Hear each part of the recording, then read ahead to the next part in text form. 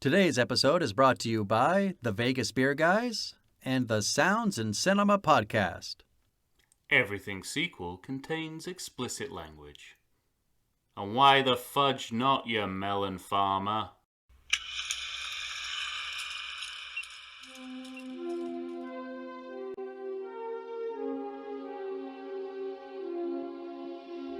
Hello and welcome to the Everything Sequel podcast. This is a Ghoulies edition.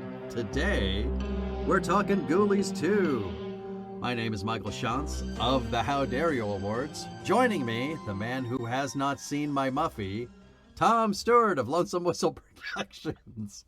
Say hi, Tom. This is supposed to be scary, right? That's not Andrew McCarthy acting as surrogate for the audience trying to figure out the tone of this movie. Oh, see, I also wrote, what did I write? I wrote the B-player Johnny Lawrence Brigade. Oh, I've made that. Yeah, I got it. Yeah, the not Johnny Lawrence. I've got not William Zabka. Yeah. Yeah. Did I tell you? Straight off on a tangent. I told you that I finished Cobra Kai. No. Have you finished Cobra Kai? I haven't started. I'm still a season behind. I think you've got to watch it before you go and see Legends. I saw Legends. Oh my god, you're doing it all wrong then. So you know how Cobra Kai ended, or did they not mention it? They don't mention it. Interesting. You don't need it. I'll say that. Okay. To the best of my knowledge, you don't need Cobra Kai at all for that movie. Well, you know, once Johnny Lawrence went into space, I assumed we were never going to hear from him again. So it's probably best that they don't mention it, just in case they want to do a space-based spin-off for Johnny. Perfect. No, he can join the cast of Fast and Furious. Yeah, you. I mean, it's sequel related, so we could have the conversation here, but. I think you'll appreciate the final scene. All right. It's everything that's good about Cobra Kai in that you'll see it coming a mile away, but that's just because it's the right thing to do. Excellent. I could say more, but I'm not. No, you can't. Yeah. Because that would be spoilers. You go see it. Guess I'll have to now. Can't have you knowing more about the Karate Kid series than me. Here we are. We're talking Ghoulies 2. Do I have this right? The 1987 film? Yes. It's hard for me to read my own writing. It is 1987, yeah. So all right. 3 years after Ghoulies. 13% on Rotten Tomatoes. Okay. The lowest, I might add, of these three films that we That's the least... both put at the top of our list. All I'll say about that is, while that is a wildly inaccurate figure, it is the least fun of the three. That's true. And I think maybe when you're the kind of what kind of a critic does this reflect? Fans or critics? This is critics, right? Well, it should be, but if you go to Rotten Tomatoes, all the reviews will be from 2019, 2020, 2022. 2024. You know, it's like bloggers that are taking up the helm. It's not really going back to, I think, the actual reviews from the time. I think David Mamet was right. I think the election was stolen. You owe him an apology. He still owes me more apologies than I owe him. That's true. Even if even that were true, which it is not. Yeah, well, it's funny because I was trying to think about this again. Should have talked about this on the ranking episode. But like, what did I know about Ghoulies going into Ghoulies 2?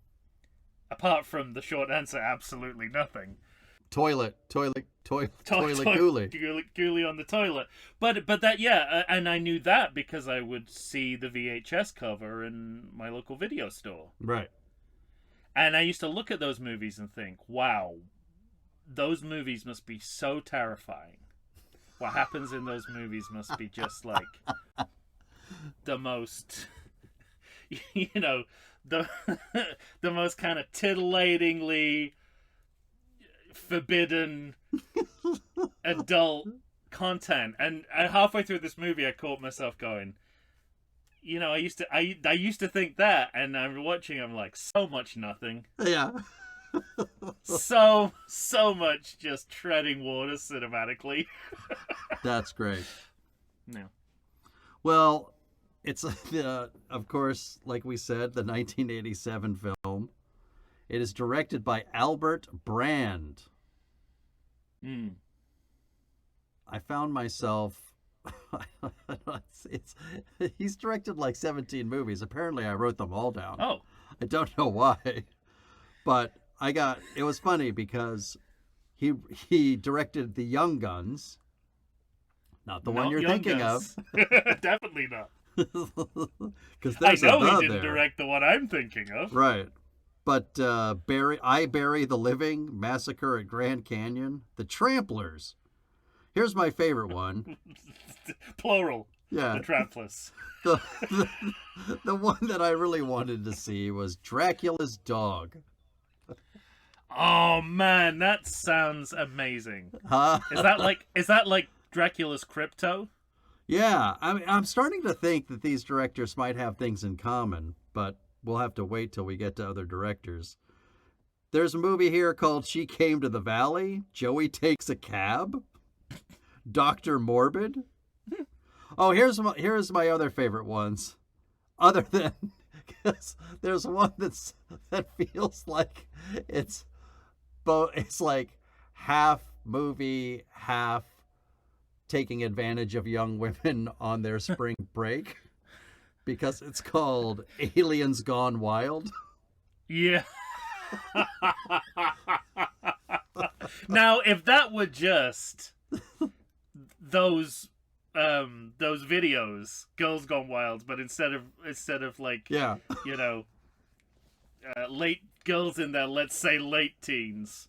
Yes, let's please say late teens, even though we both know it's not true.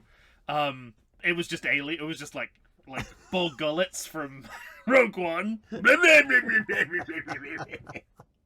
That three-titted lady from Total Recall. They just like pull up their shirts and it's just a massive tentacles underneath, like the prawns from District 9. Yeah. And they're just dousing themselves in water. In terms of movies I want to see, it doesn't rate as high as Dracula's Dog, but just for the title, no. I liked.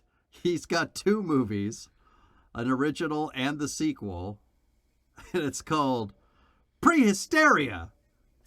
And I say it like that because the title has an exclamation point. Of course, I mean, but you can't. You got hysteria in the title. There's nothing better than Prehysteria 2.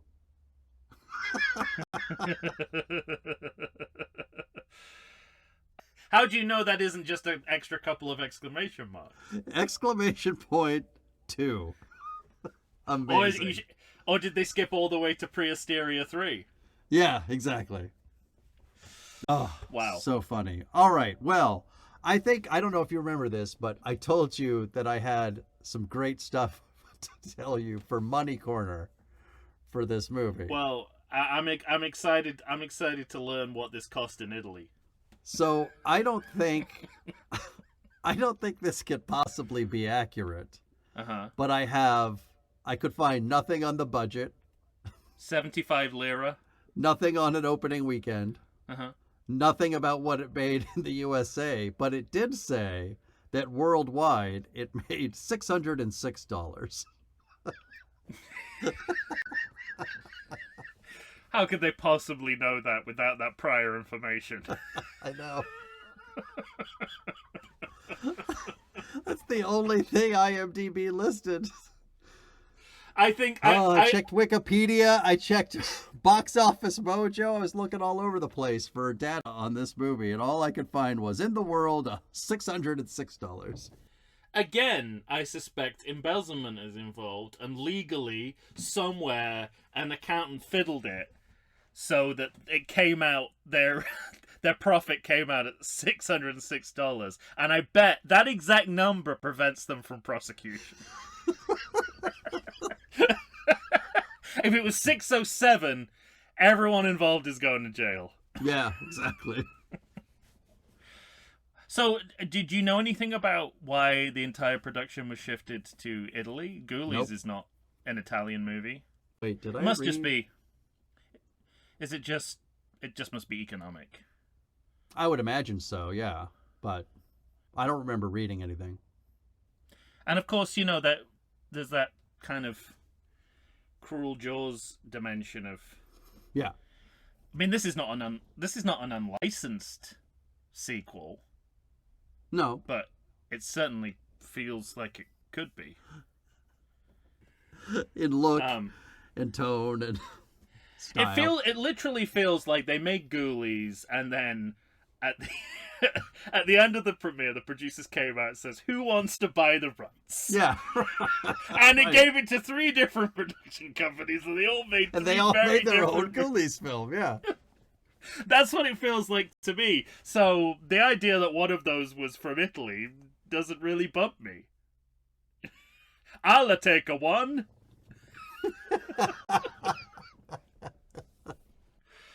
Still not racist. If you're listening to this up until 2025, still not racist. 2026 could be a bit racist. Considered. Right now, Still it's the considered not racist. it's the last of the Mohicans of racism. A phrase which in and of itself is racist.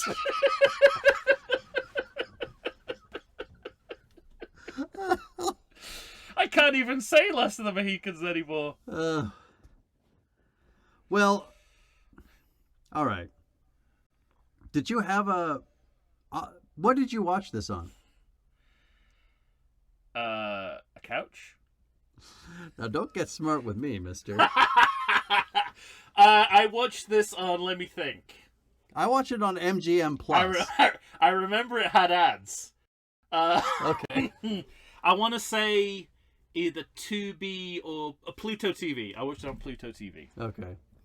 Do you remember? Because all I remember was getting the MGM logo. I don't remember getting another production logo.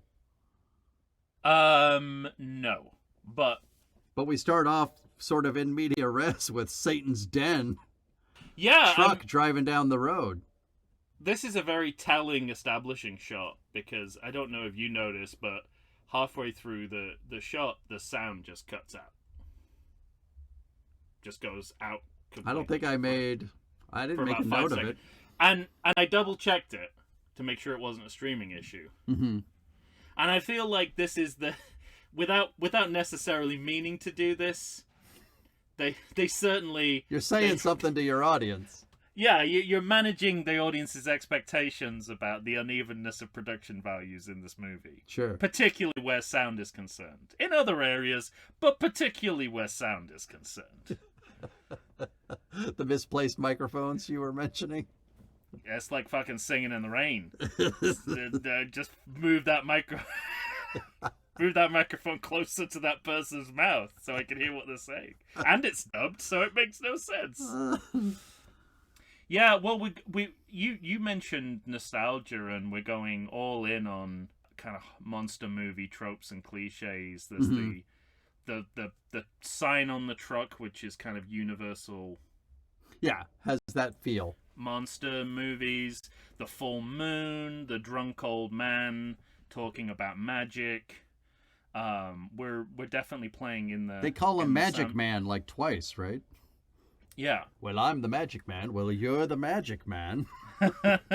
So, and essentially this, you know, there's very few cold opens that I see, and I go, why is this happening? Why do we need this? I wrote down it was the accountants are taking over the carnival cold open. Well, so I thought, okay, so the purpose of this cold open is to get the exposition out of the way, And apparently what we need to know in order to understand this movie is that the carnival's about to go into receivership. So, as a viewer, I'm going, okay, I guess that's what the movie's going to be about. I guess this must be the plot of the film. There's no inherent reason why it would be, but okay, that's what the cold open's telling me. Otherwise, it's a completely redundant cold open, and I think maybe I would have preferred finding this out at the time it was relevant, rather than staging a cold open for it. Well, it's made more sense to tell us later when they do tell us. And they do. Yeah. Several times over. Yeah. And then we're into the very green titles. Yeah. Absolutely. And it's interesting because 1987, obviously the whole idea of whatever the Ghoulies are is gremlinsploitation, but the title sequence makes you think that this owes more to Ghostbusters. Yeah, I was getting... I would say. Was it this one where I was getting Goosebumps vibes? Yes, definitely. Right? Well, that's to come. That's all to come, right? They have Goosebumps is 90s, 2000s. Yeah. Is that right? Yeah. So, yeah, or the CGI Casper Yeah. look, which is, it's all in the same Wheelhouse. It's all of the same kind of wheelhouse of. It's like it's not family friendly. Mm-hmm. Neither is it a children's movie. Definitely not a children's movie. No. There are a lot of children in the movie, but also a lot of stripper sex working, Kind of, sort of. kind of belly dancers. We'll get there. Maybe carnivals in Italy are different from here in the US. But my first note is about the titles, about the music in the titles, is striking the wrong tone completely. Makes us think we're supposed to take this movie incredibly seriously, which at times we are, but not always, and not usually when that music is playing. Mm-hmm. It plays over light-hearted moments. Right. And there's a real cognitive dissonance because your brain is going, this movie's telling me to take this scene seriously, but I am aware that they're trying to be light-hearted. But what's happening is something different. But what do you expect when your soundtrack is done by someone called Fuzby Morse? Easy. In a sense, early for the credit check. Come on, what a name to lay at the in a feet. sense, So with early. a name like with a name like that, we're lucky we got any soundtrack. Lucky he delivered a soundtrack at all. Old Fuzby. Do you remember what Fuzby also sounds like an off-brand Floby? Do you remember the Floby? Oh, I remember the Floby. Shout out to Pam Flora and her dad. Did he invent the Floby? No, but he always had one in the garage. That's how his wife would give him haircuts. All I remember is coming to America in the 90s and searching the TV stations in hotel rooms for the Floby infomercial, where a man who looked like Greg Everdon from My Two Dads. My Two Dads? I was just going to say. Was don't forget BJ and the Bear. Yeah, and it wasn't him, but facially, the facial hair was exactly the same on the guy on the model they used, and it was just like his mullet was being sucked up by a Floby. My friend Greg and I would go over to Pam's house and we'd put it on our arms and stuff. She's like, "Guys, you're gonna fucking break it." No, we're not. Is this the episode where you reveal that the Floby stole your hair? All of it. Just came off all in one, like in a cartoon. You're like, well, never saw it again. You're just like, nah, it'll grow back. How little I knew. I'm gonna have to cut off your arm. It'll grow back, right? Yeah. Are you holding on to the can?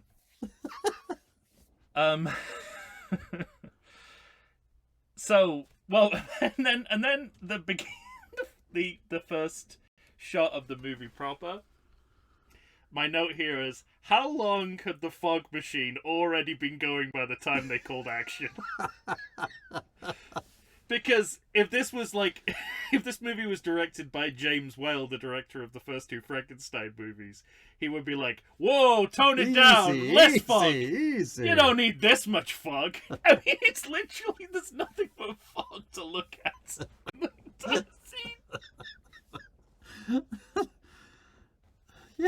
I don't know if you've ever seen Tom DeCilio's Living in Oblivion, which is about making independent movies, but you basically get to see them filming the same shot or like several times in a row as part of the idea of the movie.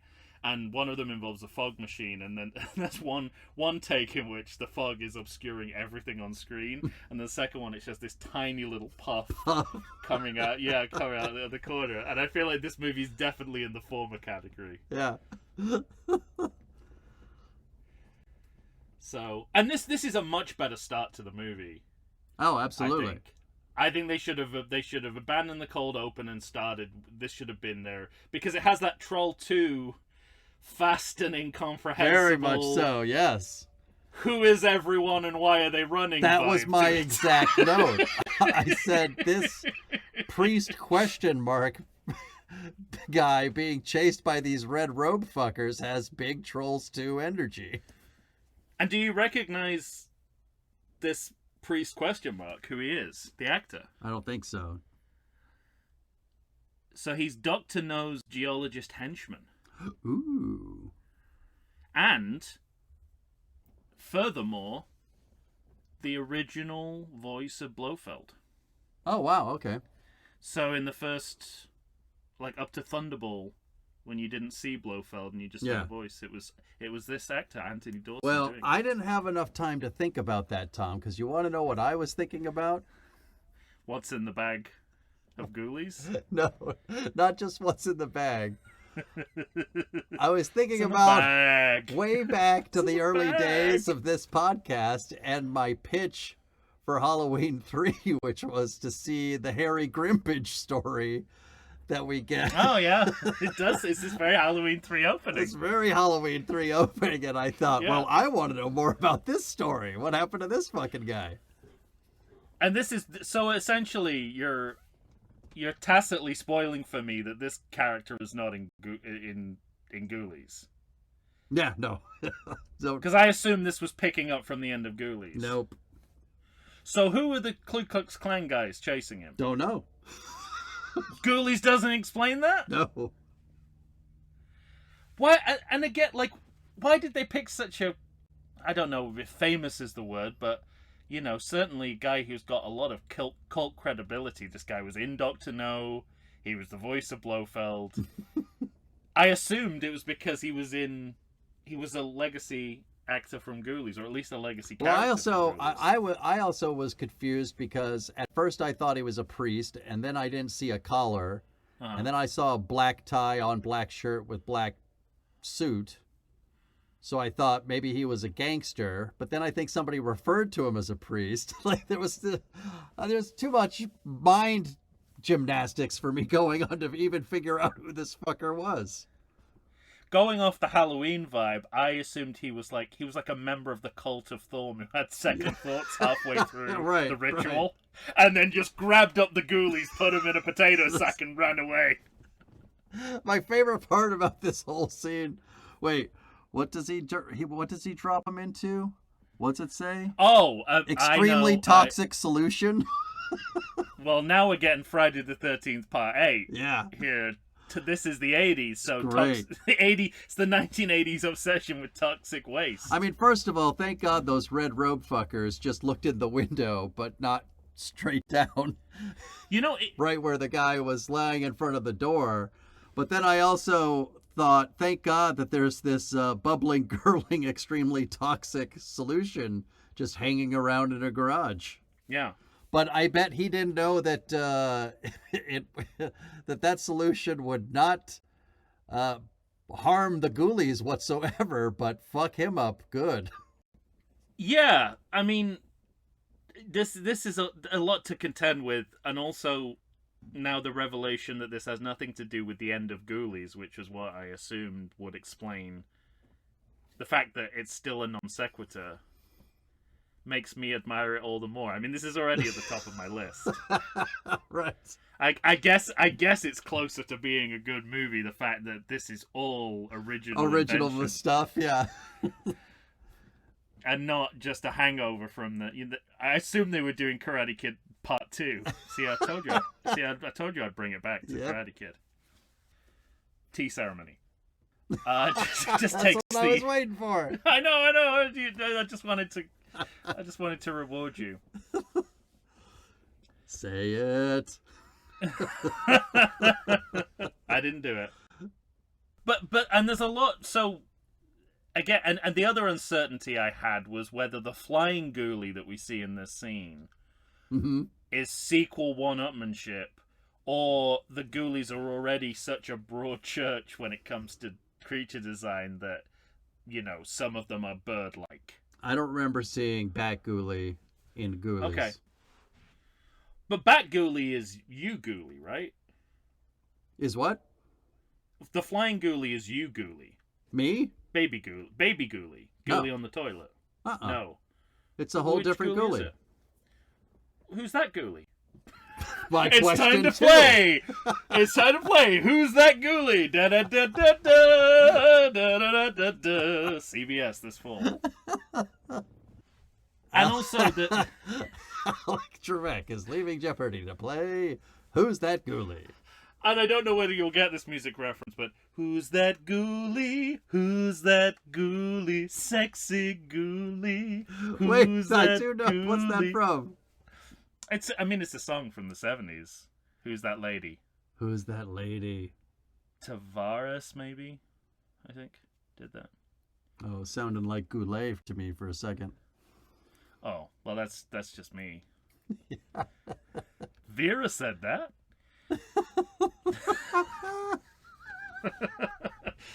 Okay, so I didn't know whether this was sequel one-upmanship, because as we know, when you run out of ideas, just make make the character fly. Yeah. But I thought maybe they're that variegated in look and design anyway that they could have wings as well. As part, right. Like, why not? And then the Foley... Have you ever written a note which, as you watch more movies in the series, kind of becomes redundant? Because this is my note here. It's like, I said, the Ghoulie Foley work is a little bit on the nose. Yeah, right.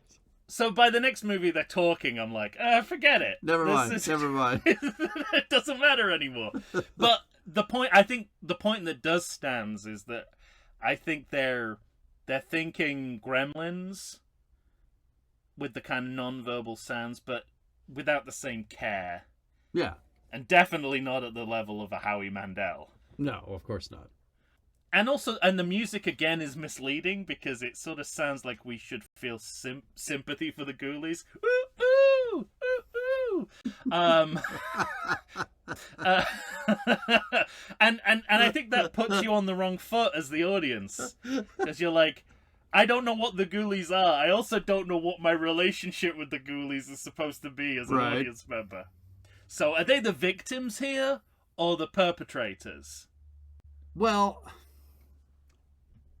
yeah, I feel like the audience is led to believe that they're the perpetrators and that this priest is righting wrongs. But even the movie already seems like his plan has failed because he clearly didn't get the Bat Ghoulie inside that bag. Yeah. So he's made one mistake at least already. He does a pretty good job keeping the Ghoulies in the bag, given what we will later know about their abilities. They have the skills of a fairly smart adult human. Mm-hmm. So the fact that he kept them in the bag at all is a miracle. Kudos. Maybe that's kudos. Well done. Where the religious part comes. But I'll tell you what. One of my notes were. Like the second we see the Ghoulies kind of coming out of the satchel, the solution. Oh yeah. Like, one of my extremely notes was, toxic, I you know? didn't expect the puppets to look this good. They look great. They're so well designed. Yeah. It also reminds you that you need to do more than just have really great creature design. Mm-hmm. Because they have zero personality. Right. And that's how you get to the level of gremlins. Yes, exactly. You turn them into characters. The Ghoulies are never. This is part of the problem. The Ghoulies are never characters. Yes, right. They're just Ghoulies. They're well designed puppets. Yeah. And they never go beyond that. But yeah, I think that the struggle is as well that juxtaposition, right? That's the other dimension of doing a good creature film. It's like, can your well-designed puppets exist in a world with the other characters in the film and it look organic and natural and coherent? Mm-hmm. And right from the get-go, anytime there's any interaction with a human, they become inanimate. Right. They turn into like puppets without any puppeteering. Just sitting. Yeah, they're just sort of arms dangling puppets. I mean, they kind of half solve this problem later on with the idea of kind of showing the point of view of the flying ghoulie. That's a much better solution. Mm-hmm. But in this scene, they just fucking throw the puppet. Well, that's the thing, is whenever the ghoulies attack someone, clearly someone's just thrown the puppet at them. And it's their job not to just catch the ghoulie, but to catch it near their body close enough as though they're being attacked. And they have to kind of press it to their body. It's Bela fun to watch. Bela Lugosi and the octopus. Yeah, absolutely. But also, because the ghoulies get out of that muck, and then we get that first stop motion walking of the ghoulies. Passable. And that just really turned me into a warm blanket of nostalgia for that kind of filmmaking. But it goes beyond nostalgia. It's well done. That's right, exactly. It's fluid. You know, the key is to make it look fluid, and they do. And that's if they'd had more, I guess if they'd had more money, but if they had been able to craft more of those, because this is the last time we really see any stop motion, I think, right? So it can't just be this. It has to be strung throughout the movie. Sorry, go ahead. No. Well, all I wrote down was stop motion ghoulie walk. Good album title. Stop motion ghoulie walk. Let's have the ghoulies going across the Abbey Road. Yeah. Like 4 ghoulies. They're like 4 ghoulies, right? There are 4 main ghoulies. Well, there's the 3 and then the bat. Yeah, so I still don't think the bat is separate from you, Ghoulie. No, it's a separate ghoulie. Isn't it just you, but it sprouts wings? No. Okay, I didn't notice that, Ghoulie. I would what lose a tonnage big of disrespect for the ghoulies. I would lose big on who's that Ghoulie. I did not notice that Ghoulie. That's the Shots Ghoulie. The Who Ghoulie? You're out of the game. My next note is we go, it's daytime. We get to the carnival. Mm-hmm. And you can't have a carnival without a little person. Right. And then the bad guy drives up in his car and he says, he asks, "Are you with the carnival?" And I thought, good for him. He sees a little person and just doesn't automatically assume he's with the carnival. But you wouldn't ask if you didn't think he probably was. Suspect. Also, this is the 1980s, so I'm not... I'm not even going to ask where in that truck he was. Because there's no good answer to that question. We don't see him in that truck. He's not in the... He's not up at the front, in either of the front seats. Yeah. He had to have been there because the ride includes him. He's not there waiting. And just so the audience knows, we're talking about Sir Nigel Pennyweight. Absolutely. One of the great fucking character names I've ever seen in my life. Yeah. You kidding me? And it's never... And again, I like this ambiguity. It's never kind of addressed Is that his real name? Is he putting it on? Is it an act? That's the thing I kind of love the most about the character. Yeah. I feel... Agreed. Well, he is an American, the actor himself. Clearly, but he's putting on this front of this effete British person. Yeah. And I'm lapping it up at every single moment because he's not doing an accent, which is a bold choice. Yeah, right. I don't know. I was just sort of mesmerized by the choices he made as an actor because I felt like the character was an actor in his life. Yes. And not just because he actually says I'm an actor, but you know what I mean? In the sense of he's not just acting when he's on stage, the character's acting when he's off stage too. To give the movie credit, I also think it's more interesting than him just being the sideshow little person. Yeah, right.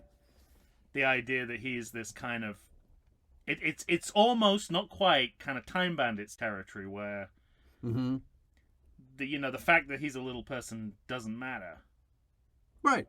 It's the fact that he's a repressed thespian working on a shitty horror carnival ride that is kind of more the character than the fact. In fact, no one really mentions his size and only in a way that shows that he has a good sense of humor about it.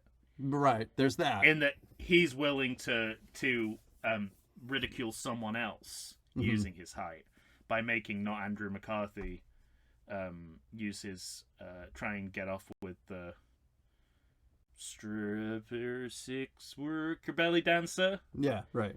In the caravan. What do you call it? What is that? I don't know. It's Nigel's Hobbit hole. Home. It's Nigel's Hobbit hole. How did this guy not get in on Lord of the Rings, by the way? Yeah, seriously. Fucking that was simple. They had three movies to make, 3-hour movies to make back to back. Why didn't they hire actual little people? And that would have taken out some of the logistics of having to shrink John Rhys Davies. Sink John Rhys Davies down? Yeah, right. The biggest man in a film in ever. History. So you can tell that this movie's made in 1987 at this point because Yuppies. The not Andrew McCarthy character is going to really start talking Reaganomics at this point. Yeah. Well, it's even a bit more than that because 87 is right at the end of Reagan's second administration. Yeah. So it's an end of Reagan's American storyline where everything has become a business. So now the carnival is business. Because I think it's the old man. This is an anti-yuppie movie. Yeah, I think the old man says a carnival runs on magic, and he says, well, a company runs on profit. Yeah. So all of those ideas that were, it's you can timestamp movies and what was on our minds, and yeah, the Ghoulies in the 80s, that kind of Reaganomics or that kind of the idea of business was so prevalent in all of our stories. It's prevalent, but it's a commentary and protest of it, I would say. Yeah, absolutely. The Ghoulies are kind of like old little Dukakases. Absolutely. I also like, because he's got that one moment, what he says. Except that baby Ghoulie would look better in a fucking tank helmet, probably. Oh, absolutely. But then Dukakis? You remember that? That was one of the oddest moments in all of political history. It was also the way his head bobbed in the helmet. That it's so weird. It's sort of like they had no way of his team had no way of knowing that would be his kryptonite. That would be his downfall, exactly. Try and make him look tough, he looks even weaker. But I don't think anyone could have anticipated, even his opponents, how strange he would look in a tank with a big helmet. He looked like Rick Moranis in Spaceballs. Yeah, exactly. 1,000 points of light. Stay on track. Do what we're doing. I can't believe I'm losing to this guy. Do you remember that sketch? Is that not from Spaceballs? No, that was Saturday Night Live. They were doing a debate mock-up of the time, and Oh, Dana Carvey. Dana Carvey's playing Yeah. Bush, and it was what's his name? The liar. Oh, that narrows it down in show business. What do you? No, I mean he played the character the liar. Like, yeah, that's the ticket. Oh, John Lovitz. John Lovitz. Of course. Yeah. Well, wait. you know how I recognize John Lovitz through The Simpsons, obviously. That's true. But John Lovitz was playing Dukakis, and there was a moment where somebody asks him a question. He just keeps saying 1,000 points of light, stay on track, and he just keeps repeating his verbiage. And finally they go back to Dukakis. He goes, I can't believe I'm losing to this guy. Yep. It's great. Yeah. So there's some, there's a subtext to it. There's an economic subtext to it. All of this is to say there's a subtext. But that's not to be ignored. People wouldn't think that about this kind of movie, that it would have a subtext. Yeah, true. Like it's not particularly complex, or it's kind of, you could write a high school play that could have the same themes, but Absolutely. at least they're thinking about those themes. All right, I think we've talked long enough for a first segment. I think we should take a break. Yeah. And listen to whatever Ghoulies music sounds like. Whatever and then come back. Whatever it is, it'll sound inappropriate to whatever we're talking about. I'll bet. It's the most misjudged soundtrack I've ever heard of a movie. I've got a good Foley note coming up, so we'll come back and we'll talk about that. How about Does it that? involve gurgling? No, but it involves a bottle. Oh, excellent. All right. We'll be back right after this.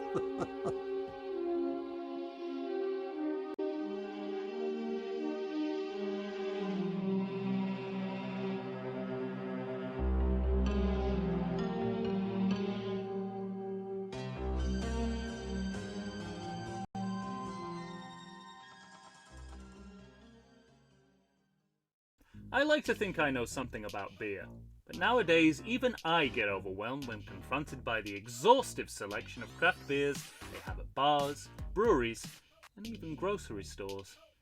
Back in the day you had one, maybe two craft beers to choose from, and if you were confused, you ordered a Guinness. But in beerstinations like San Diego, the craft beer options lately are in double, sometimes even triple digits. So what's a beer drinker to do? You need what I need, the Vegas Beer Guys. Your beer of choice should be a perfect blend of malt and hops. And so a live show about beer needs that same balance. And the Vegas Beer Guys matches beer expert Dan Aker with self-proclaimed beer novice Stephen J. Weiss. The results are eminently drinkable. They're on Facebook, they're on Instagram. They'll try new beers, they'll tell you about beers. Think of them as your beer Sherpas guiding you up a foamy-headed mountain to reach the peak of your pint. God, I need a beer.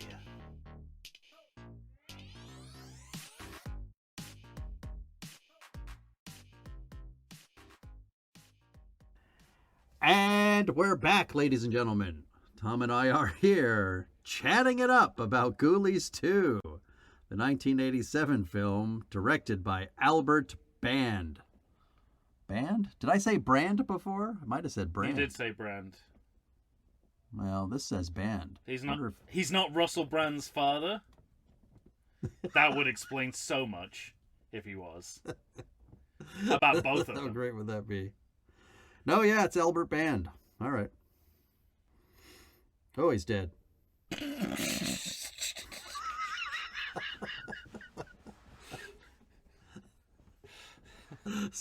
That Undertaker work never really was a good fit for you, was it?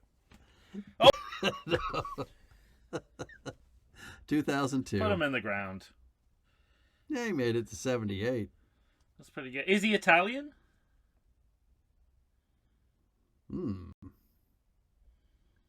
Because his titles sound very Italian exploitation movie. Complications from stomach blockage and lung infection. Definitely not what I asked. Oh, whoa. Want to hear his birth name? Alberto Pizza Pasta. Yeah, you're pretty close. It's Alfredo Antonini. Yeah, I knew he was Italian. Those titles. That's the great. exclamation marks. Yeah, yeah, I mean, it makes sense. He's got that kind of exploitation movie maker with a hint of artistry. Yeah, right. Just a hint. All right. Well, this is a small note, but it feeds there perfectly. There are no small notes. Only small notices. And that's me. But you're my baby Ghoulie. Not one of my. Thank you. Exactly as I see myself. Would you like to have dinner with me? No, you look like that Ghoulie.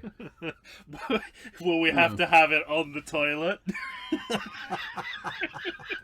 Wait a minute. Why did she say that? That's a weird thing to say. When I'm not actually sitting on the toilet. Oh no, she thinks I look like the Ghoulie. Oh no, it's another one that thinks I'm the Ghoulie.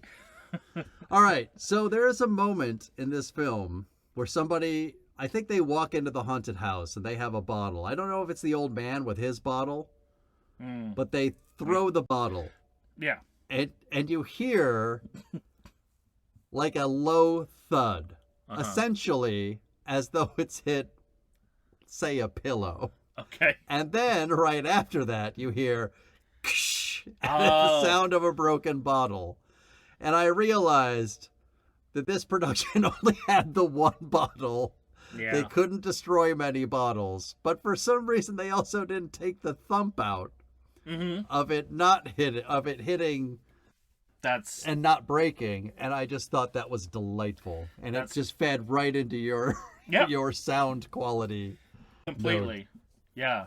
Well, this is where I make the note. There's no nuance in the sound design, like monsters gurgle when they're having the Carney meeting. The hubbub of everyone talking is just slightly too loud. It's like you just like everyone shut up! I can't follow what's going on. Yeah, it's just slightly too loud. Yeah, and I feel like they're just its sound is just misjudged as a whole, in all aspects. Well, I know that our heroes. I always love this in a Reaganomics kind of type setting of a movie where the bad guy says, you've got till the end of the weekend to sort out your business. Yeah. That's a very 80s thing. It absolutely is, yeah. Your business is worth nothing, absolutely nothing. I'll give you 2 days to try and make the business profitable. And lo and behold, it somehow becomes profitable. Well, because of the Ghoulies. This is why the Ghoulies are more integral. Yeah, than they are in other movies, because they actually have an impact on the story. But it's funny too, because they're like the Ghoulies, right? They hide in the back of the 18-wheeler, the Satan's Den truck, and then they get out and they go into Satan's Den, the ride or what? Not the ride, but the experience. I'll say. I think you can call it a ride. I think they call it a ride. All right. But later on in the movie, when they accidentally bust open a side wall, they see the rest of the fair as though they've never been outside before, ever. Oh, that's interesting. And now they can really run wild. It seems like they got inside Satan's Den and just thought, well, this is it, right? This is where we're going to be. But isn't the ride on the back of the truck, so they wouldn't actually need to get out of it? Does the truck just unfold? These are all good questions. I don't think the movie I don't answers. think so. I thought they had to take it out and build it. Oh, really? Yeah. Well, how would they do that overnight? Quickly. I think they just take it from town to town and just slide it off the truck, take off the canvas. Bob's your uncle, Satan's Den. No, I don't think so. I don't think so. I don't think the Ghoulies ever. Why would they? Because why would they go in? Why would they go in there? Well, it's called Satan's Den. It seems like their kind of place. Okay. Well, this is good knowledge for me to have. I didn't know they had anything to do with hell at this point in the movie. Well, me neither. Yeah. Oh no, yeah. I mean, I don't want to ask what happens in Ghoulies because I assume those associations are made early on. You'll see it someday. Yeah. Well, we get our first women in the movie. Yeah. And we've got But everybody's seen her Muffy. Innocent. Well, there's that one. Oh yeah, so she gets ghoulied. She gets ghoulied big time. In a sort of Halloween style where it happens at the beginning of the lot movie of fun. and then we find her at the end. Yeah. Which is a very Michael Myers kind of, you know how he likes to store people? Into cabinets and shit. Yeah, and they can just pop out about 2/3 of the way through the movie after in this movie it's been days. You'd think somebody would smell her. You would. But when, in terms of women who are going to survive the movie, we've got the innocent young blonde waif and then an older red-headed, can I say whore? I mean, that's what the movie's telling me. And I was like, we're not really getting a wide range of women. We're getting two extremes of femininity going on here. Is that the main woman? Yeah, well, the main woman, the belly dancer with the vertigo. Yeah. Yeah, with the vertigo. I called her Man Arms. And then at the...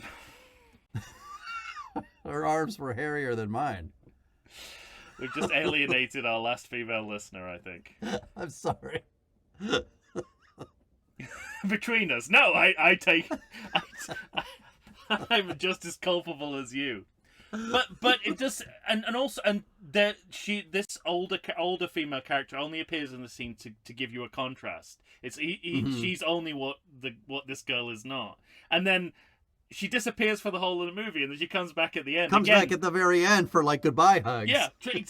So the movie's just sort of like it's as though so she's important. Yeah, but all it is to say to you, what this person is everything this person is not. That's characterization. Yeah. But something I do think is really successful, because let's face it, this doesn't need to be a story about a carnival going into receivership. Mm-hmm. That's the movie's choice to be about that. But what works really well is when you put the Ghoulies around the malfunctioning carnival practical effects. Their practical effects look much better. It glosses over maybe some of the creakiness of that. So you sell the practical effects by contrast, not content. Mm-hmm. You go, well, at least it's not that weird Frankenstein that's breaking over there. Yeah. But, I mean, that, the movie, the nostalgia for classic horror movies, the golden age of cinematic creatures in the 1930s with Frankenstein and Dracula and the Wolfman and the Invisible Man, who are all referenced in a public domain sense here.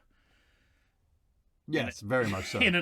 This is the unlicensed aspect of the movie. Of course. It's not Boris Karloff, but close enough. It's close enough, Karloff. And and the Ghoulies kind of go wild. Ghoulies go wild. That was his next feature. They're wielding razor blades. They're pretending to be animals. It's like they're smart and dangerous. Because don't the middle school Johnny Lawrences go into the ride and they mistake them? Don't they mistake one for an owl? Mm-hmm. Yeah, exactly. Yeah. And they're not wrong. No. Yeah, right.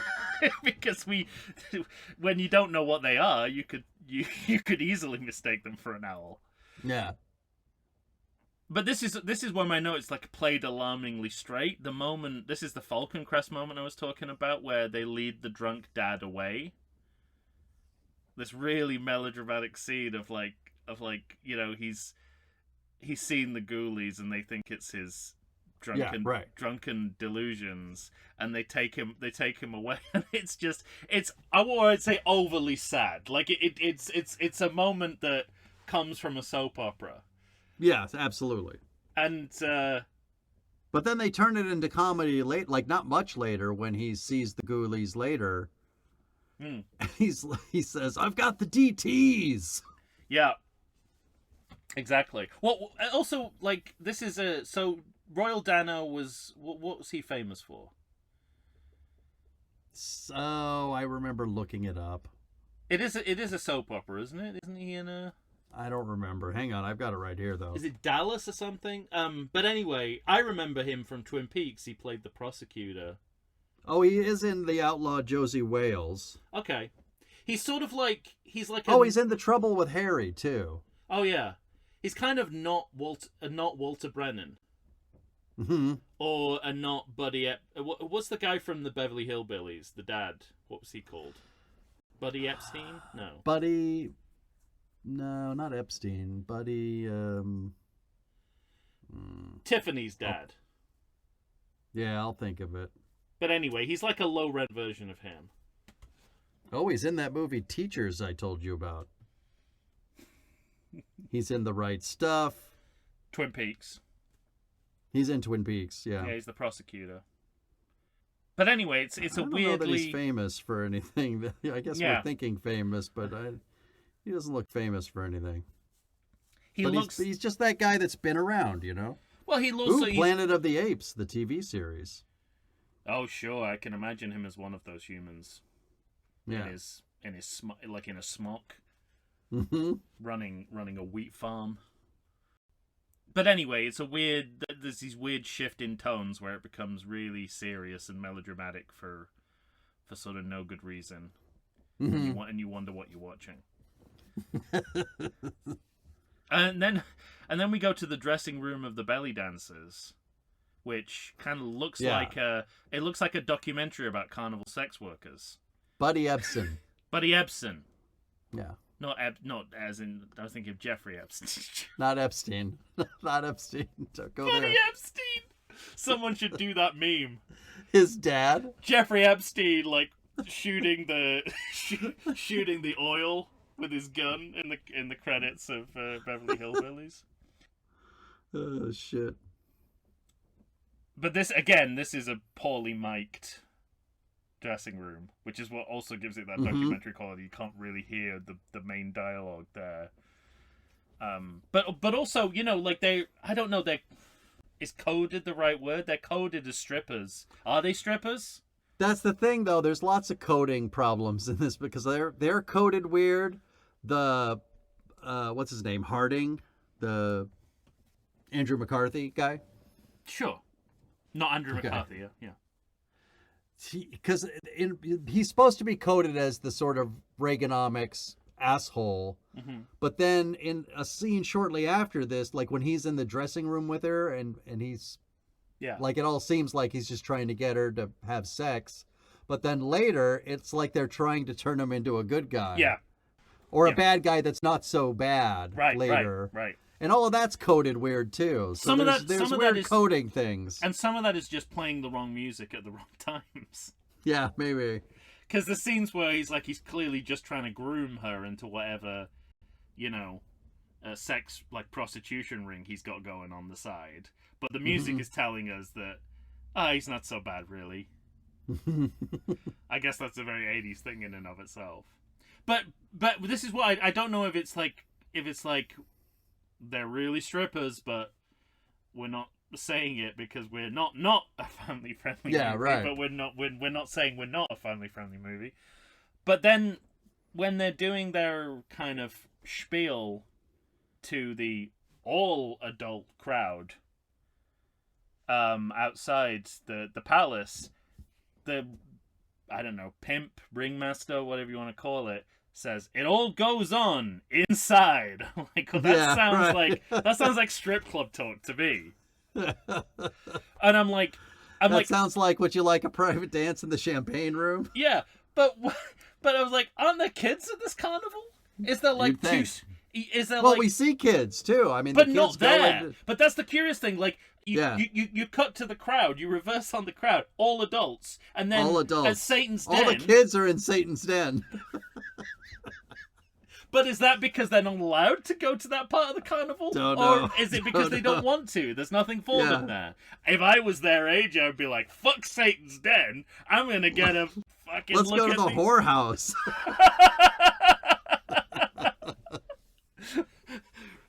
You mean the bordello? Shh, they don't know about Yeah. that. My dad says if you give her $5, she'll show you her tits. But yeah, these kids, it's like two generations of awful children. Mm-hmm. You've got the older teen awful children, and then the younger preteen awful children. Did you notice one of those older teens? Are they someone? And what we know him from? Oh, so he's not famous. We've just seen a sequel with him in. No, I didn't. Yeah. Oh, Sasha Jensen. Still need more. He's Brady from Halloween 4. Oh, that's great. He's the guy who's always kissing the other girl, the teen girl. In this movie. Yeah. He does a fair bit of kissing in Halloween 4 as well. Yeah. Wow. Sheriff's daughter. What does she have on a t-shirt? Something. Cops do it. Sheriff's. Doggy style? That's not what it is, but it's something like that. Cops do it with handcuffs? Or yes, it's something highly inappropriate. Yeah. But it's kind of interesting, again, I think, where there is this nostalgia here, is that they show these young people being unimpressed by the classic monsters. Correct. And it's like a sense of... When they really get interested in it, when they get interested, it's when the actual ghoulies spit up on them. Yeah, right, exactly. When they vomit on them. Gore and body horror, and there's a kind of the other kind of Reaganomics is a big subtext here, but the other subtext here is satanic panic. Uh-huh. Which is referenced right at the very end of the movie. But clearly it's on the mind of the people making the movie. But was, a very real thing at the time, yeah. So it is kind of riding these two waves, these two social waves that are going on. Yeah. Both of which are about conservatism, interestingly. Yeah, right. Don't those kids, too, don't they start they're like, rats, because they're picking different animals that the ghoulies look like? Yeah, that's and right. One of them looks like a rat, so they high five on rats. They're Which like is so helpful. Happy to be I wish stood up on. I wish they spend the rest of the movie just naming what the ghoulies look like, and maybe by the end of the movie we'd have a common vocabulary to describe the ghoulies. Yeah. So anyway, that's... Well, we get to a point where we finally need some killings, and so Uncle Ned is gonna, he's an alcoholic, so we can sacrifice him, no problem. Well, it's interesting because did you think that any of these kids were gonna be the victims, the first victims of the Ghoulies? No. I did. Oh, really? I thought that they were setting us up for at least one of the older teens. Actually, maybe that's not true. I thought because that guy with the music, he's such a dick. Yeah, all of them. I thought that they were purposely making us hate them so they wouldn't mind seeing one of them bumped off. Yeah. But it's interesting that. But they're not. They're the reason the word spreads. They're the word of mouth. Yeah, exactly. He's the one that brings the cops over. Uh-huh. I think he might be more concerned about his music box than his missing friend, but... Oh, completely. Well, it's the 80s, right? Consumerism. But also, again, what you would expect in a monster horror movie doesn't happen, but what happens is something that fits more this movie, which is about economics. Yeah.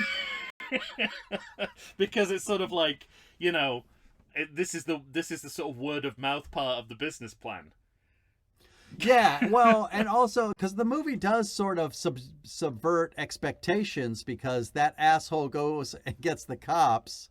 Yeah. And then you have that sort of Reaganomics answer to it, where the asshole is giving him some money to make him go away. Mm-hmm. So you figure in your 80s story mind, you figure that's going to be the end of it, but then you hear screams and the cops stay. The cops don't get away. The cops actually stay and have to go and investigate, and they end up finding a body. Yeah, we'll get there, but it unfolds unpredictably.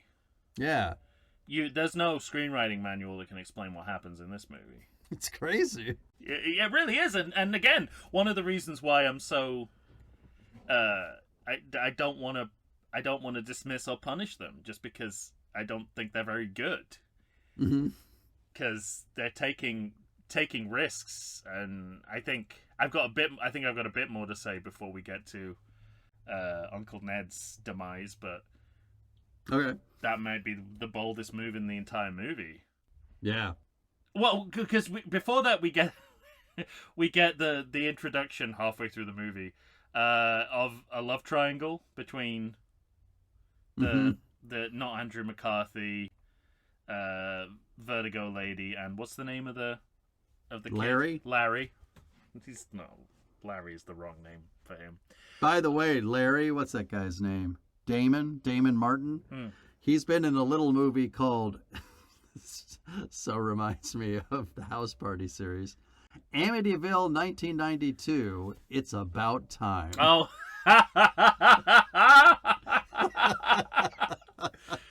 Aren't you now? You gave me shit for making us watch Ghoulies. Aren't you glad I didn't agree to Amityville when you hear titles like that? That's great. What is that? The 18th Amityville movie? Must be, at least.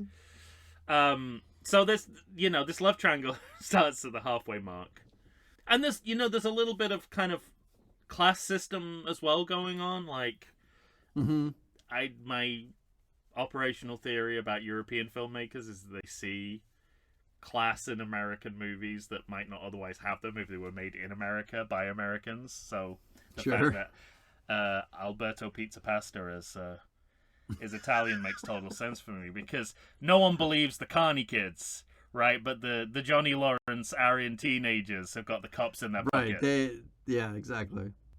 Yeah, this is where you get, I've already talked about this, the wing's eye view of the ghoulie. So they figure out you put the camera on the flying object rather than putting the object on a string or just throwing it across the room. Much better. And this is where I start to reverse engineer that the ghoulies are demons and need to go back to hell.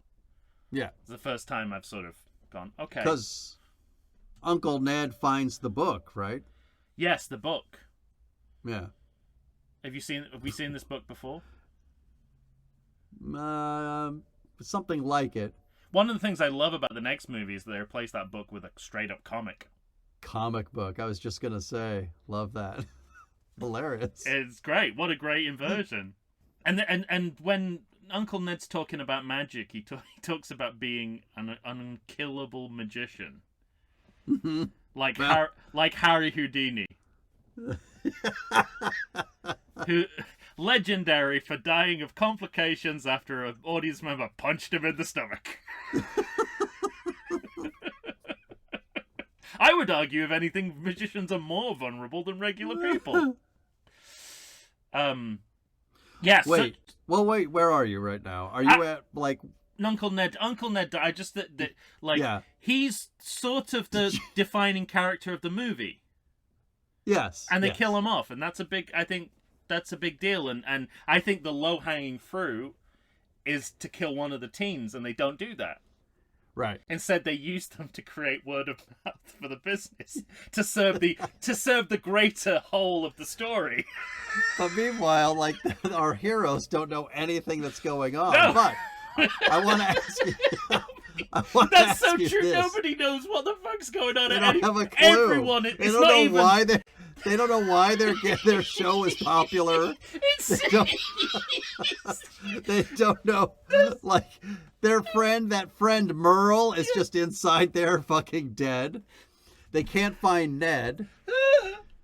It's not even like they're behind the 8-ball. There's no 8-ball. They haven't found the 8-ball.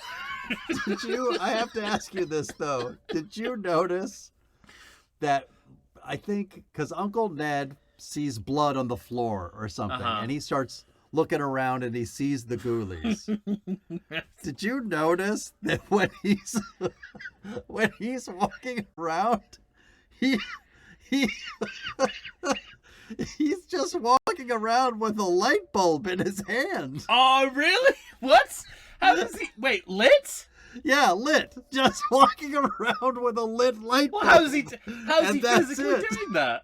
It's amazing. How is he doing that? It doesn't matter. You can kind of see the wire sneaking in at one point. Oh, I get it, yeah. but it's made to look like he's like there's nothing attached to it. That was just bad filmmaking. But he's just walking around straight up with a fucking light bulb, checking like it's a goddamn torch.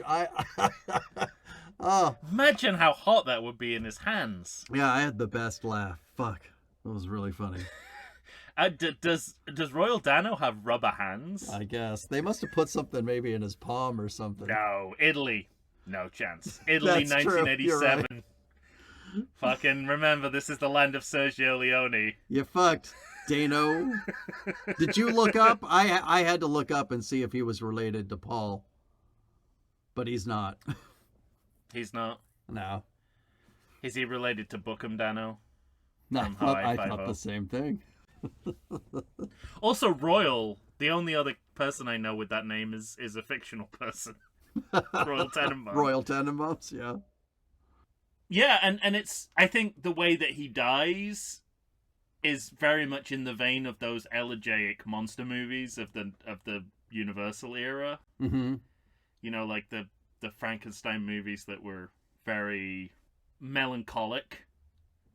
Yeah. Like it's a different kind of horror cinema, which is about kind of mood and angst, as opposed to, you know, what's going on, what's more popular in horror cinema, which is the sort of slasher video nasty kind of movie. And this kind of sets itself against that, which is weird because you would expect a Ghoulies 2 to want to appeal to that kind of audience, but I don't think they would have liked what they got if they, you know, went the extra step and didn't just look at the VHS cover and actually bought it and watched it. Yeah.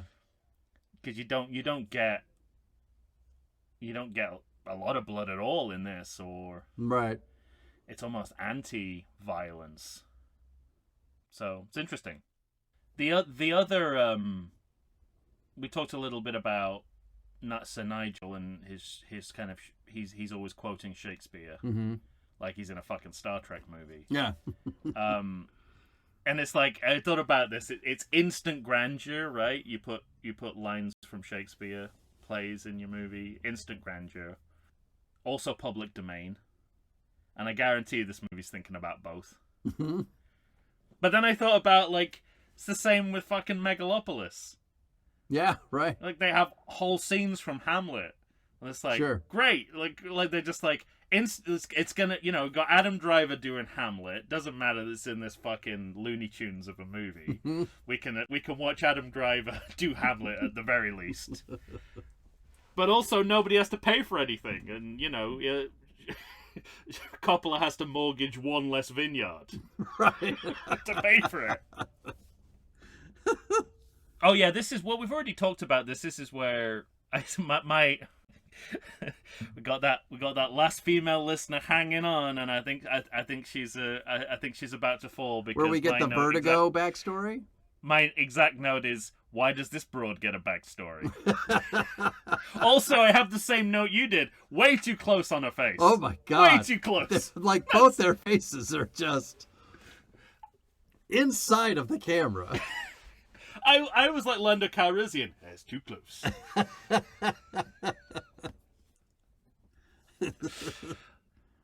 And this is, I think, the first scene in the movie. I mean, we're well over halfway through that we see a Ghoulie and a human in the same frame. And I guess it is very much that you can't. The Ghoulies attack Larry. Yeah, you have to move. You have to move the Ghoulie while it's attacking you, as you said. So, yeah. And then my next note after this is, you can't just throw a diving clown into a shot without warning. You can't just cut away to a clown sitting on a diving board. Especially when it's a seriously deadpan clown. Yeah, because it's funny, like it's as though they're trying to set something up for the end of the movie. Because I remember that clown coming back. Yeah. But I just remember my note ended up being later. I was like, that was a lot of sad clown. Yeah. You know, time given just to set up the fact that we're going to see him later in brief moments with the fight with the Ghoulies. Absolutely. And but this is a great camera work moment for the movie, because there's a handheld shot of walking through the carnival, which, going to handheld at that point isn't the obvious thing to do. Mm-hmm. I think it's a nice sort of variety of camera work that they're showing. Oh, and straight after that, mounting the camera on the Ferris wheel. It's like, doesn't take camera work for granted, Right. Takes more care than you'd expect, necessarily. Than you would have thought. Than you would have thought in Ghoulies too. I feel like maybe we should take another break now. You should. Yeah, I think you're right. Because I think we're about to get to it. We're about to kind of... The Ghoulies are about to go wild. Yeah, right. And show their tits on a boat. You know how those Ghoulies are. Directed by Paul Scheer. We did that on Patreon, didn't we? We didn't. The Piranha 3D. Piranha 3D. Yeah. Yes. That sounds As right. another good. That's got a flavor of this. Wasn't he No, the director, wasn't he Italian as well? No. Okay. Anyway. Swedish, something like that. Danish. Name another country. Let's get out of here. I was gonna say you might be from Mexico or South America. Okay. Well, that's half the world. That's a continent. So we've got a lot to play with. Yeah. We'll look it up. Do no research. We'll look it up and report back to you after this commercial break. No, I'm just gonna drink water. I'm not gonna do any of that research. I'm just gonna make it up. Yes, be disrespectful. That's right. Truth doesn't matter anymore. No, clearly not. All right, on that promising note, we'll be back.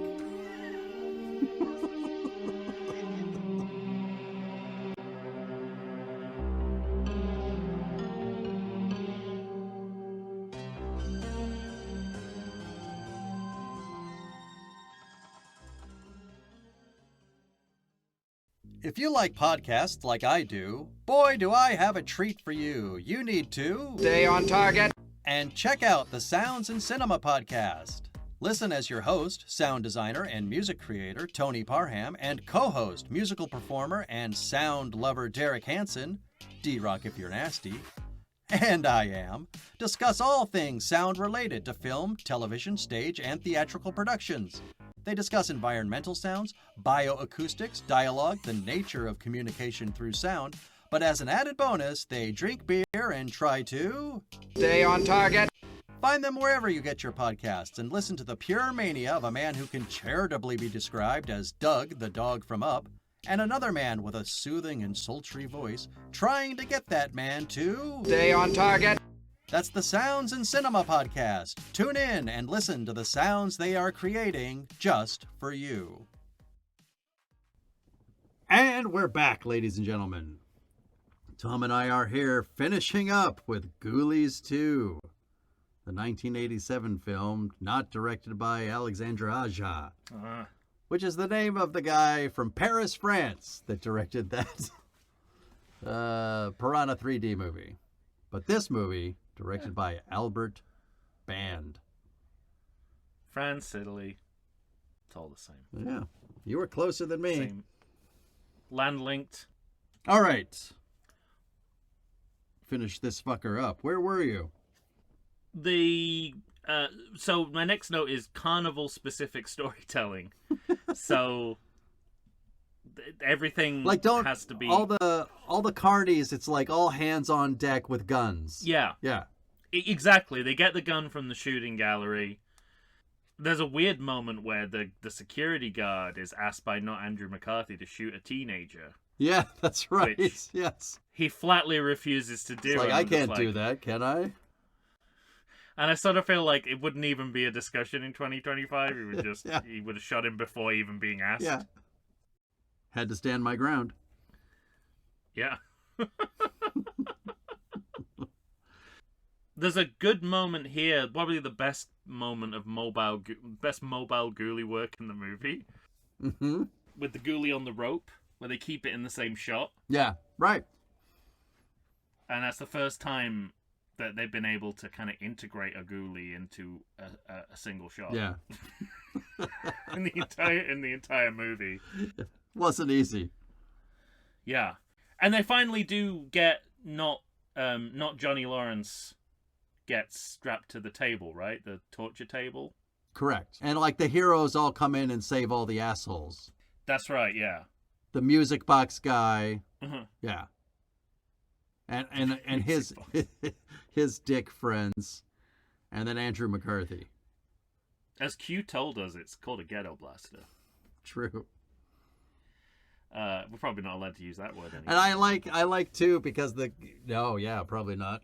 But good reason. I'm not disagreeing. Once with the that. goo, because the part of the our heroes saving the assholes, that's the part where they bust open the side wall of Satan's den and the ghoulies kind of escape. Yeah. And they get out into the park proper. And that's when, like, the clown comes back and, like, you see the ghoulies sort of attack each stage of a regular carnival, where it's like the shooting game and the boxing game and the dunk tank. Well, this is the essential problem with the carnival setting. Is, of all the places to run into ghoulies in the world, a carnival is probably the best place because it gives you a fighting chance. You've got mallets and guns. You've got a variety. In the rides and exhibits, you can use a lot of them as makeshift killing weapons. Sure. But part of this is kind of it's to do with the fuzziness of how do you kill a ghoulie? Right. Which it's not like you think. It's definitely not what I was thinking. Yeah. It's not like they have any particular Achilles heel that you can exploit. As what usually happens with monsters. Yeah. It's more sharks hone in on unusual sounds. There's no explanation like that in this movie. No, it's you fight magic with magic, I think they say at one point, right? You use magic to defeat magic. Well, we're not quite there. Are we there yet? No, not quite. Where? No, because we've still got the ghoulie in the toilet. To giant. Oh yeah. You summon a giant ghoulie to eat the other ghoulies. Fantastic. But yeah, I mean, I wanna you to say you don't see that coming is not accurate. You can't see that coming. But I'll say something in favor of Mr. Oops, lost my page. My what's his name? Albert Band. Because Albert Nobbs. Yeah, in a movie filled with sort of all of these movies have lots of stunted, meaning awkward and uneven directing going on. Oh yeah, throughout. But there's one thing I started to notice, especially in that scene when the ghoulies are sort of attacking each game, and they attack. One of them attacks the swing ride, and he kind of undoes a bolt, and somebody, a man and his young teenage daughter, fly off and die. And the one thing I noticed is that when he's filming the action of this movie, he does know the limitations of his budget and exactly when and how to edit and cut so that he can create more kind of kinetic energy in this scene, particularly like when things are falling and that kind of thing. That's the trick when you have no budget is to kind of create the illusion of action. Yeah, I was kind of impressed by that. Spectacle. Yeah. Oh, I agree. I think there's some really good work in these scenes. I also like what's he called? Not John Ashton getting hit in the back of the head. You know, the guy who does the strength test. The strength, yeah. Yeah, and he's John Ashton's stunt double. But you're even kind of getting. Don't you get like cuckoo bird sound effects, and you get a lot of that in these in all three of these movies as well. Also, I mean, this is 1987. Do you think the clown was the inspiration for Krusty? Because he's dry and hateful. I don't know, maybe. At one point, he sat on the diving board going, "Come on, don't push me in. That's not fair." Just like that. Sex cauldron. And it's Nigel that comes up with the fight fire with fire idea. Yeah. So fight the magic with magic. Well, that's it. They're sort of like trying to make magic logic. Yeah, right. And they're basically disguising the fact that it's the Deus Ex Machina, but they're making it sound like they've exhausted all the other options. Yeah, right. This is the first thing they've tried. Even though they haven't tried shooting it, hitting it over the head with a hammer, all the things that are at their disposal. Yeah, because they're in a carnival, literally an obstacle course that saves them from the Ghoulies. So funny. But it's so interesting to me that, this is Gremlin exploitation, but it also becomes Jaws exploitation, because when the Ghoulies in the water, we get a hint of the Jaws theme. Yeah. Again, public domain friendly. Yep. Jaws theme. But I just love that, like they're uniting the two biggest exploitation franchises. Yeah. Yeah. That exist. Trying to make all the money in the world. I just remembered what I want to talk to you about. Oh, great. But that's an off-air conversation. Really? Yeah, we don't have to talk about it. Why are you even bringing it up, then? Because I was excited I remembered. That means nothing to the people listening if they don't know what it is. Well, it's about the Jaws book. You gave me the Jaws book, and I've been reading it. Oh, okay. And I definitely want to talk to you about the Jaws book. I'm almost done with it, but I'll finish it tonight. You enjoy those... You've not done with it? No, not quite. Okay, well, I won't spoil it for you. Fucking Jaws. What can I possibly spoil for you about the Book of Jaws? Yeah. So they say, oh, we've tried all the other weapons, even though we've seen no visual evidence of this. The screenplay's decided they're not going to waste time on anything but the magic book. Mm-hmm. Oh yeah, this is it. This is the big. This is when Harding gets showstopper, swallowed by the toilet. Yeah, so I can't tell you how excited I was to see a character go into a toilet, because I didn't even think I was going to get it in any of the sequels. Oh, we get a couple. Well, I know, but I thought it was a one and done. Mm-hmm. It was a single flush. but they're really leaning into this moment, and it's everything I wanted it to be. Mm-hmm. It's perfectly executed. Oh, I love the way delightful. they have it. Most of it take place off screen. It's the peak of the movie. Yeah. And then we go back to them fighting magic with magic, and this is when you realize that the characters are essentially just pieces of the puzzle that complete the movie. Yeah, right. Because you've got a classically trained actor, right? Mm-hmm. A tightrope walker or acrobat. Yeah. Someone who could. What's that symbol called? What is it? The pentagram. Pentagram. I keep wanting to say pentagon, but pentagram.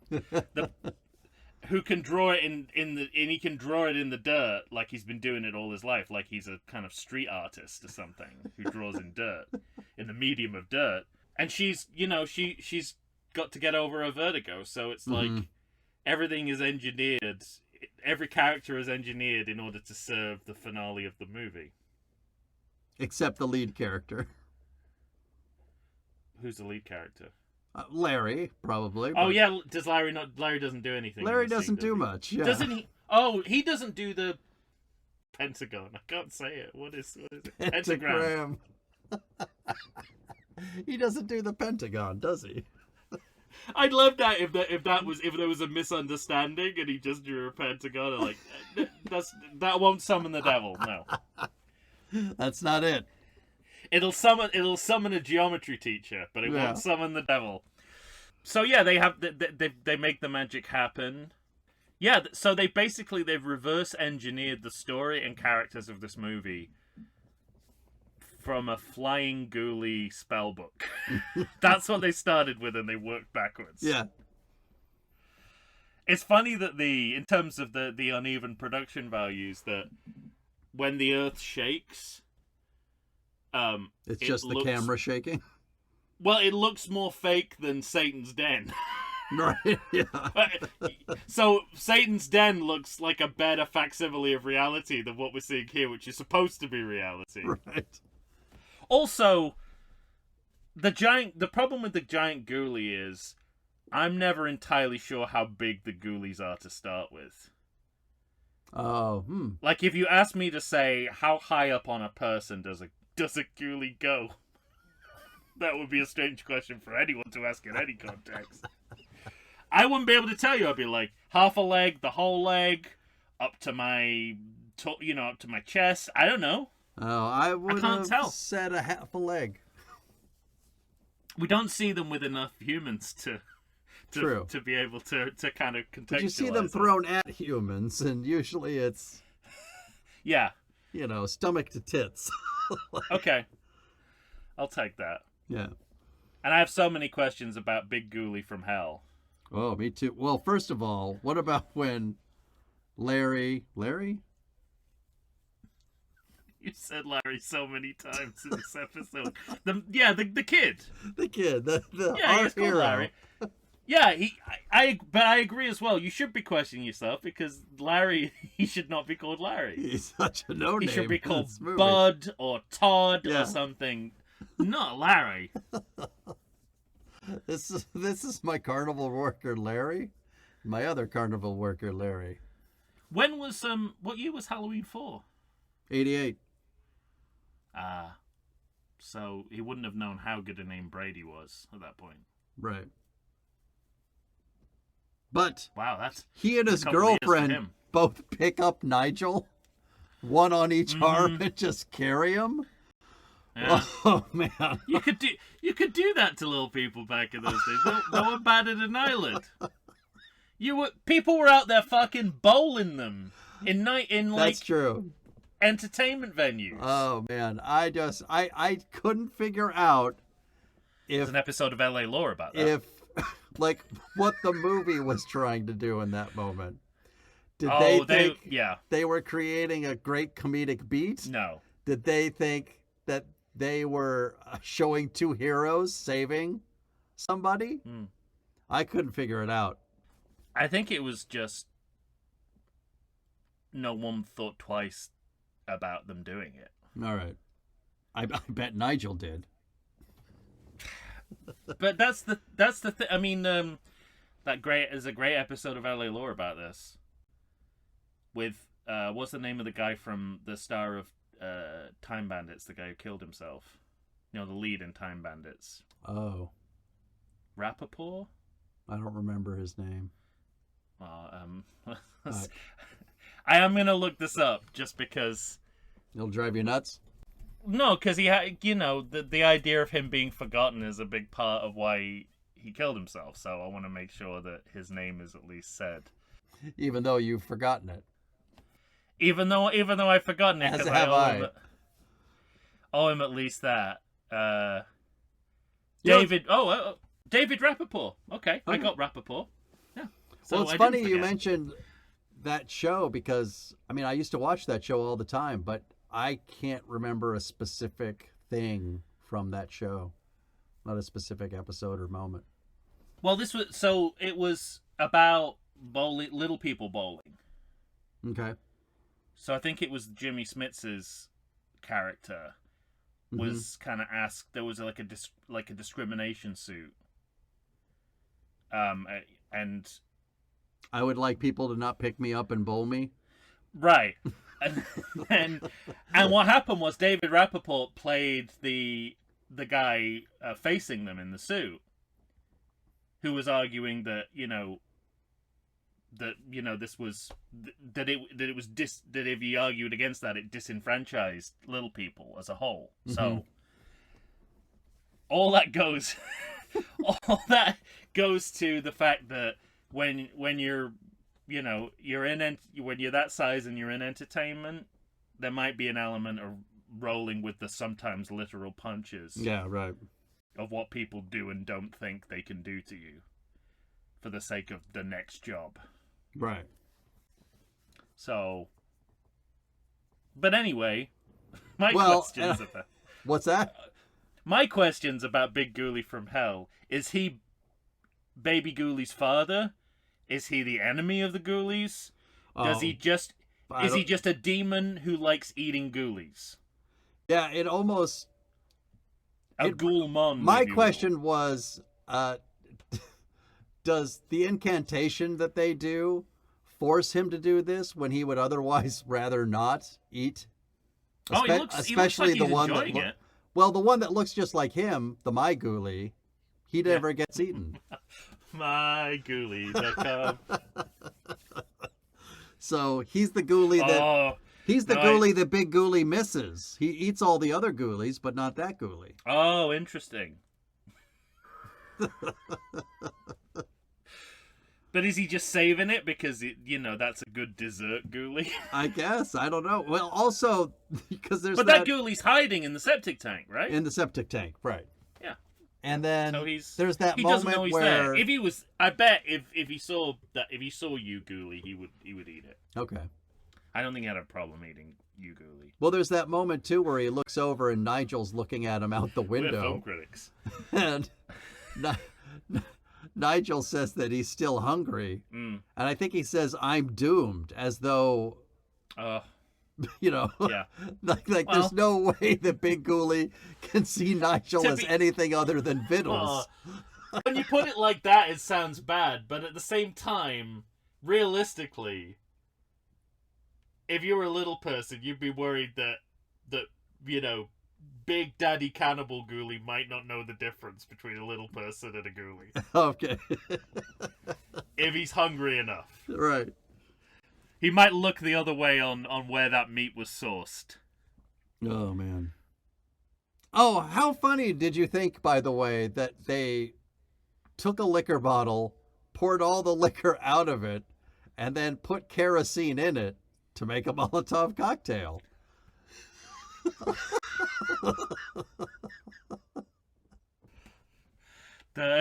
That's brilliant. Maybe they couldn't get the rights to the Molotov cocktail, so they had to be shown emptying it out. Yeah, it's interesting. So so the idea is it takes magic to fight magic, and it takes a Ghoulie to catch a Ghoulie, to eat a Ghoulie. Is that the? Yeah. Well, he had to eat a bad digestion Ghoulie. Because they put that Molotov cocktail into the stuffed bear that... Bear? Or devil? Yeah. Devil? Nigel's like a little devil, right? They put it in his devil costume? Sure. Oh, all God, right. Yeah, no, it must be. It must be that. I just think it's funny, too, like you're quotable. Hard on the outside, but soft on the inside. Yeah. And it's just sort of like, what I like the most about it is it's as though the Molotov cocktail goes off inside of him. And then he's like, that did suck. And he just crawls back to the hole and goes in. Yeah. And also, it's not established that they're hard on the outside. Correct. Because they haven't bothered to pick up a gun here. Or a bat or a mallet or any of their other weapons and try to freely attack... available in this carnival. Yes. Try to attack these Ghoulies. And then my next note is distorted classical music. Where does this come from? Oh, I don't know. And why is it distorted? Is it meant to be distorted? Is that while he's crawling into the hole? Or is that in our afterwards goodbye scene? Oh, I think it's in the afterwards, yeah. Oh, okay. Yeah. It's in the aftermath time. Well, this is where we get the fleeting B-roll dialogue about heavy metal music. As they pass through the crowd. Oh, yeah. They're talking about, like, the satanic panic. Like, it is to do with heavy metal music, I think. And it's like, oh, okay. So they're putting it in that context, too. It's kind of interesting. And then the what's her name? Vertigo girl? I don't know her name. Yeah, that's fine. We'll call her Vertigo girl. She talks to Redheaded Whore. Correct. And basically the conversation is, she says, I'm getting out of here. And then the other one goes, I'm never getting out of here. Yeah. And it's like, and the movie's like, we should all just accept that. Yeah. if you're a bad woman, accept your fate. Yeah. If you kind of avoid going into bad womanhood, you might be able to get out. But you got to be young and beautiful and blonde, and you've got to work fast. Right. But they also kind of say, but it's okay because I get to take care of these. I get to be around all these misfits that I've grown to love. Yeah. Like there are some. I mean, there's some real low budget. There's like a bearded woman. Mm-hmm. They're not really trying. I had a note earlier on. I think I missed it about the. Not that I'm gonna drag us all the way back, but the paintings on the when they're having the Carney meeting. What does it say? Adult section of the carnival. Are those the paintings you were talking about? There's one of like a snake on a... Oh, there we go. The paintings on the carnival ride. There's a snake on a chair and a couple of canoodling midgets. And I just love the idea of who was just like... And they reflect rides that are there. You see the rides. I don't know, like, it's not called Snake on a Chair, but that's how it's represented pictorially. It's more impressive than that, I think. We see someone with a snake, I think, at some point. I don't remember that, but I'll take your word for it. Okay. And then there's a ghoulie hiding in the septic tank. And we get the ghoulie laugh. That's so my ghoulie. They turn the whole ghoulie on the toilet in the poster into the jump scare of the first sequel. Mm-hmm. So, there you go. That's Ghoulies 2. That is. Credit check? Sure. Not much actually. There's not much going on in these credits. Music edited by the Barking Dogs. Oh. So you've named your music editing company after what you're trying to edit out of it. And then this is the last. I've only got 2 notes for these credits. Okay. Which I think is a record. And you've done one. By my calculations, you have one left. That's correct. Look at you, math genius over there. The producers wish to thank St. Stephen's School of Rome. Now you can't just put that in a credit without explanation. I think legally you can't just put that in credits without an explanation. And there we go. That's my credit. I mean, I had some stuff about how many Italians are involved in this movie, but I feel like we've gone over this. And we've gone over that, yeah, true. It kind of, it also feels a bit like a reverse spaghetti western in some senses, that they're kind of, like the spaghetti westerns weren't kind of pretending they were kind of set, well, I suppose they were set in America, it's kind of, but they didn't feel like they were trying to hide the fact that it was being shot in Spain and made by Italians. Yeah, right. Whereas this feels like you're not supposed to know that Italians are involved until the credits, and then it's hard. Then it's impossible to deny. And then you cannot deny it. Mm-hmm. All right, good stuff. Anything left for you? No. I mean, I think it. Going through it one more time, I think that my choice of putting this at the top of the list feels more vindicated, that there are enough flourishes to put it above the other movies. Yeah, I feel the same way.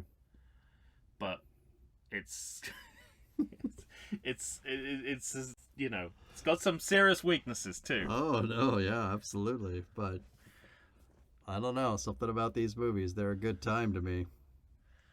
Yeah. And a lot of questions that yes, of course. That none of these movies will answer, and according to you, the original won't answer either.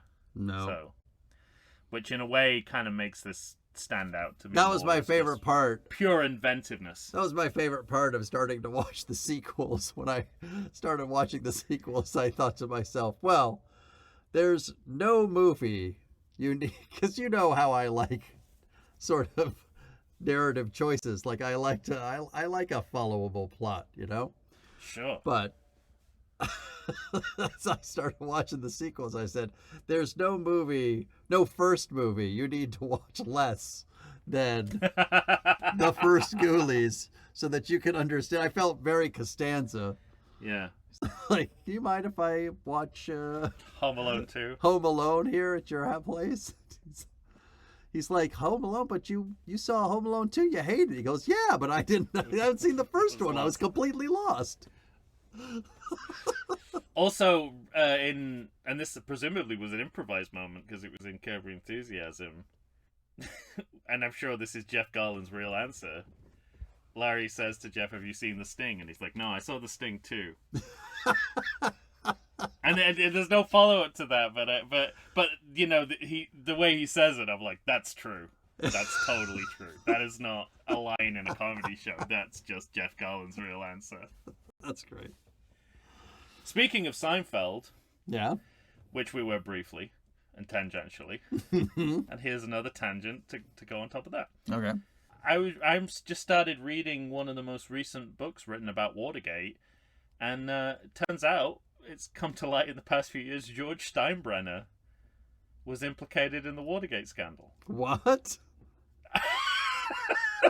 This is like in the last few, after Steinbrenner's death, after some documents were declassified, he's one of the people who was privately supplying funds to Nixon for his kind of spying campaigns. That is fantastic. It's amazing how much the money that Nixon was using wasn't like government money. It was right. It was mostly like private benefactors. Wow. But anyway, love it. All right. I just wish Seinfeld had been on the air by the time they knew Steinbrenner was involved in Watergate, because they think of the mileage they could have got out of that when so Larry David much. was doing Steinbrenner. Well, ladies and gentlemen, you're going to have to tell us what you think about Ghoulies 2 or George Steinbrenner's now revealed crimes. I think I can say that legally. I read it in the book. I feel okay. Feel okay saying that. The book made it to publication, so I feel like I can admit that now. Well, to do that, find us where you find us. Hit all the buttons necessary. Books, grams, so on and so forth. Letters and such. Yeah. Well said. I do. You want to try and send us a letter? Go ahead. Ooh, snail mail. I'd take a snail mail any day. I'd take a snail mail. You could probably see we're doing this middle of the pre-email address tangent again. Yeah. If you could find out either of our addresses, and I bet you could. Send a message privately. I found out people on one of those things we previously discussed, or send an email to everythingsequel@gmail.com to find our actual address. Yeah. And then ask. The easiest way is get in send us contact an with email. the email address, and we'll tell you our actual address. That's the easiest way. And then tell us what you think about this movie. I don't know if this is a crime, but I've looked up people's addresses before, based just on having their name. And like credit scores and stuff. I mean, not in a malevolent way, you understand. Just like, I'm not a licensed PI, but I watched all of the Rockford Files. God, you got me there. And that is, honestly, it is. I don't know if I've ever told you the story before. Here's your post social media tangent. When I was like doing careers counseling stuff at school, I just went with all they were like, you got to pick these different fields of these careers that you could explore, and the career counselors will talk to you about them, and it was like, basically I went for anything like arts related. I was like, okay, but there wasn't enough of those. Like I couldn't meet the minimum of you had to pick, okay. I don't know, like 3 or 4, and like out of the art stuff I got like 3 out of 4, say. So I had to pick something else. So I was like, I'll look into private detective So, and it started as just like, well, I've got to talk to the career counselor about, 4 separate careers. But I really got into it, and I started to sort of think about, like little gambit, like Rockford style gambits I could use to get information out of people. Yeah.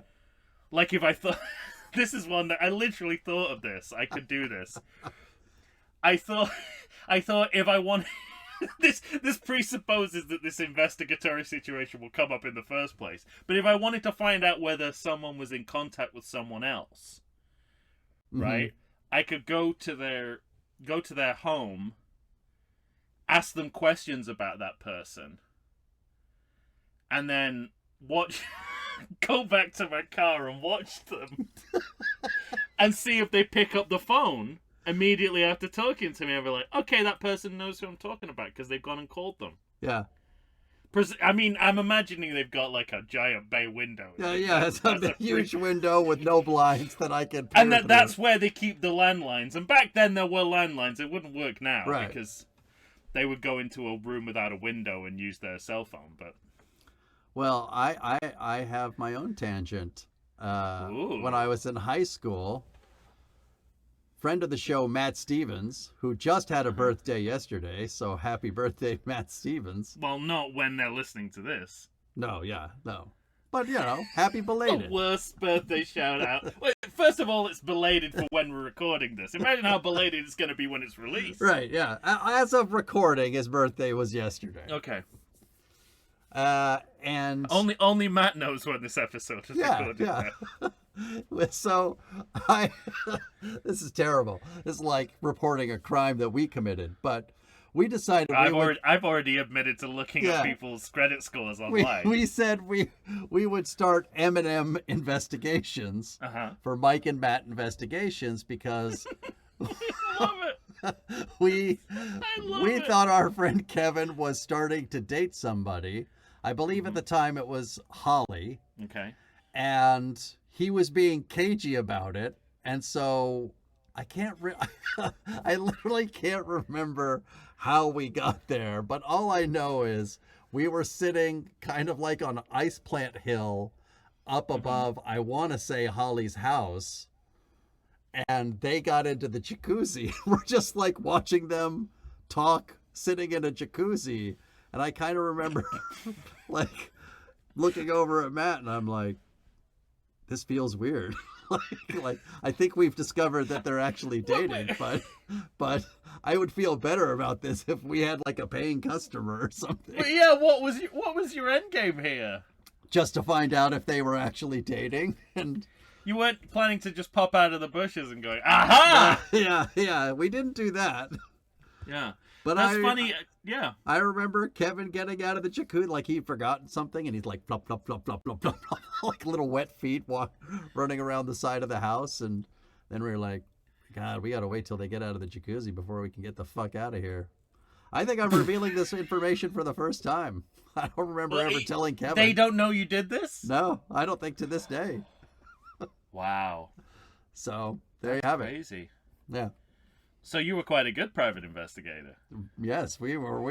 You solved your first mystery. We solved our first crime. Not crime, sorry. It wasn't a crime. You were just dating.